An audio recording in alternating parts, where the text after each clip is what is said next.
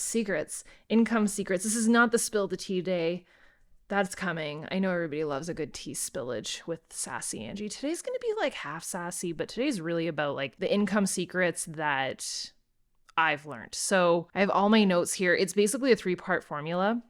Every daily grind is always 3 things. It's like your 3 needle movers, your 3 things. This is the formula to like the make bank, make your dreams happen, what it takes. And I'm going to walk you through every single step. So are we in? Are we cozy? Are we ready? Where's my coffee? I need coffee. Did you take my coffee? Car? He's always near. Oh, and also I noticed that yesterday, I found this on the floor, so I definitely had one earring on yesterday, so that was a cute look. No, it was not me trying to have a fashion statement, although I am bringing my best spooky fashion forward for these videos, and I hope that you are thoroughly impressed because I am the least fashionable person on the planet, but I'm trying to enter my villain era. Okay. Let's jump into this. So making bank. Step 1 is to understand your relationship with money. We've gone through this in the past 1 to 2 days. So how are you feeling? Check one of the 4 that apply, or any of the 4 that apply, or none of the 4 that apply. Which of these barriers are you still feeling? Anger related towards making an income or people that make an income? Jealousy towards people that have money? A sense of hopelessness or scarcity? Or ideologies passed down from family members, friends, parents, grandparents. So are there any of those 4 that still apply? Are you feeling better about it? So how is your relationship with money today? And this is just a true question. If it's still no bueno, that's okay. We can work towards it, but it's one of the key ingredients. The second ingredient is creating a positive and realistic vision for your life. Yes, we're going to talk vision, not vision board, maybe a little bit. But vision, like goals and all of that. So we're going to talk about that. Which of these 4, if any, would you feel are like still holding you back towards creating that dream life and just that vision for yourself? And if you have zero clarity on it, then this might apply to you. So are you not setting exciting enough goals or even having targets that you want to hit? Big goals just seem impossible. You have no idea of how to make an income to make said goal happen, or you're just feeling a lack of confidence or even clarity on setting goals and a vision for your life. So that would be the second part of the formula to making bank. The third part of the formula, and if you're missing any of these, then we gotta check you. But I got you. I'll never be like, let's do a quiz and then I'm gonna leave you hanging. I got you. So the third and final part of this formula is getting super clear on your spending habits, which I'm gonna help you with. Do you have frivolous or unnecessary spending? Are you not consistently tracking your income? Like, do you have zero idea what's coming in or going out? Are you lacking knowledge on budgeting? Or do you just have like zero motivation to progress and you're not seeing progress and you're just feeling kind of hopeless? So do any of those 4 apply? So again, understand your relationship with money, create a positive and realistic vision for your life, and then get clear on your spending habits. So those would be the 3 keys. And I just want you to know your income is not what's going to make you rich. It's going to be your mindset, your vision, and your spending habits are how you become a wealthy human being. So I got you. Let's jump into this. Okay, game plan time. Alrighty. So step 1 was to understand your relationship with money. So your mindset is key. What are some things and thoughts about money that you could change starting today? What is something that you believe about income and wealth and money that you could change starting today? Here's a good one. If you're veering towards being hateful, jealous, like WTF towards someone that is doing, let's say you see this person traveling Europe and you're like, what the hell, man? Like, how? And you're feeling a little bit jelly pants. First of all, it's human nature. It's fine. But maybe, and this is something that has helped me tremendously, is when you see someone achieving something, it means that you're seeing it. It's in your realm of possibility. It's your little Volkswagen Beetle. If you're on that day that I talked, it's in your world. You're seeing it, you're noticing it. That's a good thing. So I flipped that for myself years ago when I started seeing people achieve these crazy huge things and they just seemed really happy. Now there's a whole other category of person that's just very not fun to watch and they're just very braggity-brag with, look at my Rolex. No, we're not talking about those people. Kim Kardashian with the earring. No, that's not what we're talking about. But we're talking about these people that they just seem so freaking happy. And sure, they're successful and they're wealthy, but you're like, how? And you're kind of feeling a little bit jealous potatoes, but you're also like curious and you kind of want that life. And you're like, here's what you do. That person is in your vision. They're in your realm of possibility. They're within your world. They're within your reach. So it's a really good thing. So I started seeing it that way, and it completely transformed the way that I lived my life. You can write this in the chat, or you can keep it to yourself. Again, the live chat goes away, but still, if you don't want to say it, it's okay. Who are people that you can be inspired by instead of jealous of? So less jealous potatoes, less jealous pajamas. You guys want to hear a funny story? While you're spilling your beans in the chat. You know that song, I Get Jealous? So Andre, I can say grandmother. I can't say the other. If I say he'll know what I'm watching. You want to see? It's so cute. Carl, do you love grandma? He loves her. So she used to think that song was I'm in pajamas, not I Get Jealous. So we always call Carl we're like, Carl's wearing his jealous pajamas, because Carl has a lot of jealousy in his heart. You have a little bit of jealousy, even towards Dale, the chipmunk. Carl has jealousy. So who are some people that you have jealousy over? Maybe you're like Carl and you're like, why is my mom feeding this other animal? Why did she buy him a house? I need to be number one. So who do you have jealousy towards with any aspect of life? And how can you be inspired by it rather than jealous potatoes pants about it, jealous pajamas? So next time you're jealous, somebody just be like, oh, I'm wearing my pajamas again. Stop wearing the jealous pajamas. And then the last question in your mindset shift. Can you list a couple of things as to, maybe in the comments, why are you worthy? Like, you're just as worthy as these people that you're jealous of. Why are you worthy? And how can you make your dreams come true? And why not you? Like, seriously, why not you? And how are you equipped to make this happen? Because you are. So you're looking at all these people that you're like, oh, well, they have this and they have that, but you have a lot too. So just because, I'll give you a really good analogy. There's a pie, okay? And if this person has taken like this much out of the pie of their life, here's my news for you.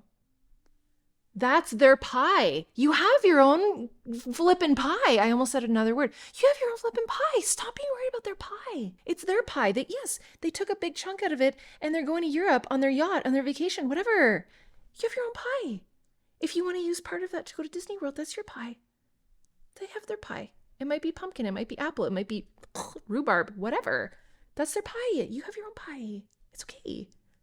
It'll make you feel better. These are things that I've gone through all these things. The pie analogy, we can thank Mr. Fisher, my father. My maiden name is Fisher. We can all thank Rob. His name's Rob. So he's gotten lots on his knowledge. So I've been through all this. I'm just going to give you all the things that I've kind of grown from. Can I just fix my clip real quick? Because I said that we were going to try and stay fashionable.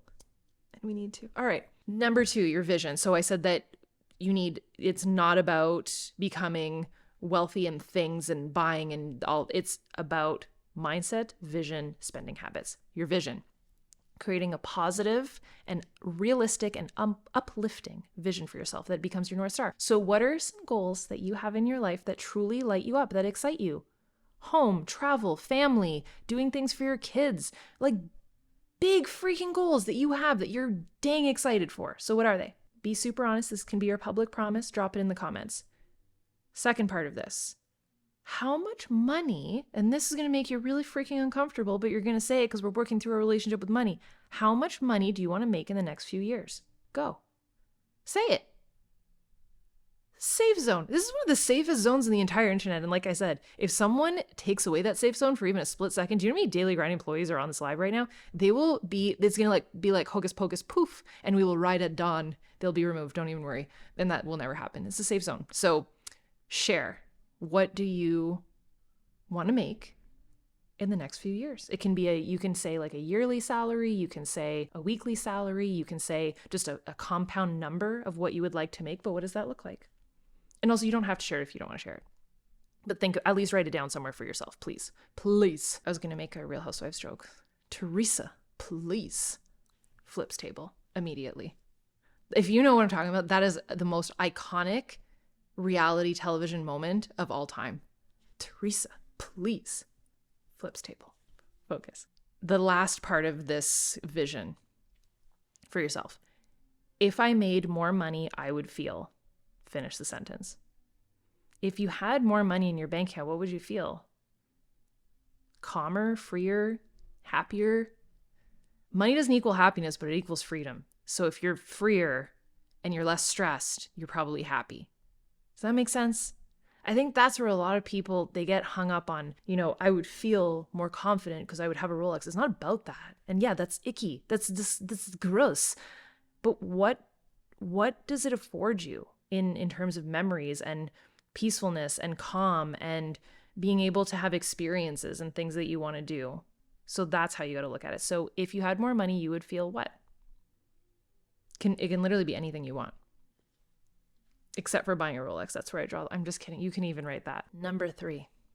So the third part of the formula, the spending. So you got to get really, and I know this is the one that everybody's like, this is where in class, everybody's eyes start to glaze over because I'm the same. I'd be like, can we not talk about the spending? But it's so important because you have to know where your money's going and where it's coming from. And when you can get really freaking clear on that, that's when the game changes. That's how wealthy people become wealthy. It's not your income that's going to make you rich. It's your mindset, your vision, and your freaking spending habits. So it's not, and I'll teach you how to make money, but you got to start with this. So big goals and big things that you wish that you could afford sooner, that you're not going to buy right now, but that you wish that you could afford sooner. And this is something that can drive you also.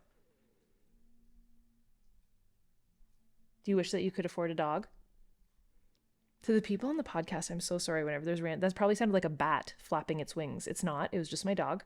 Carl, you can chill out a little bit? Big goals that I wish that I could afford sooner. What do they look like? What is that? What do you wish that you could afford sooner? What are ways that you can start tracking your expenses and your spending?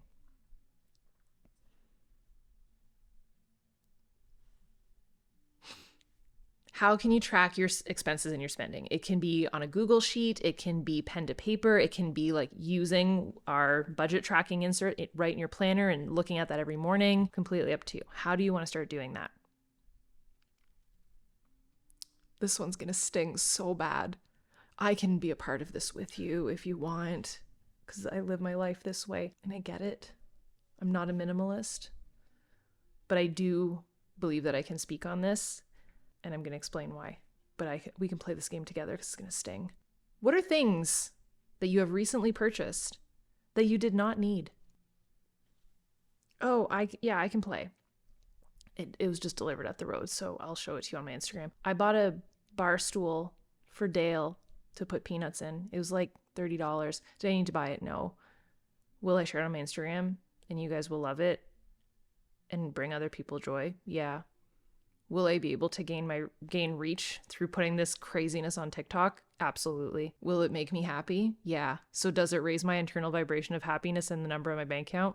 It does. So I'm not mad. So I think that I personally, like, you might be looking at me being like, girl, you buy a lot of random stuff. If it raises my internal vibration of happiness, and it's usually for business purposes. So for videos, like the Man Eating Plant Center, they're all for videos. So it's literally a part of what I do for a living. The DIY is painting little tchotchkes and stuff like that. Is there random things that I did not need to buy that were a galactic waste of money? Absolutely. Absolutely. And when I do that, I check myself. For me, a lot of the things that I spend that are not worth it, that I did not need, is clothing. So I have put a kibosh on that quite well. If you go watch videos from 3 years ago, I had this on. And then when I do, what do I have on under this? I have a shocker. I have a strapless romper. This is from 3-4 years ago, and it was $7. So I think that's something I've learned to do is I have few quality things. Like I have some nice purses and stuff, mostly in Florida, and I don't really buy frivolous amounts of clothes because it's not my business. I am not a fashionable chick. I do not value fashion. Do I have to say again, I'm not fashionable? And to me, I just end up throwing it out and wasting it. And I really noticed, I took note of that big time when we moved. So take note of where is it that it's not raising your happiness, that it's a waste of money, that it's not part of your business to do it or your growth method. And for me, a huge part of growth is decorating my home and showing that. So it's kind of become a part of my spending, which for us, those are business expenses for the most part. not Dale's bar stools, which maybe it could be, but we're not gonna do that. But it sure as heck makes me happy. So try and analyze that. And I'm gonna give you tomorrow. We're gonna talk about a full spending flow, and it's like a fun little quiz that I can help you with, that you can literally take yourself through to be able to know if you should be spending on something or shouldn't. And it's going to help you so much with gut checking yourself on the things that make you happy versus the things that you're just doing for like a little quick dopamine spike. So we're going to work on that together. I hope that today was helpful, but remember, the formula to wealth and happiness and achieving your goals is your mindset, suck the poison out, your vision for life. We're going to talk a lot about that in the next coming days, and then your spending habits. So I'm excited, and I will see you guys tomorrow. Bye, dudes.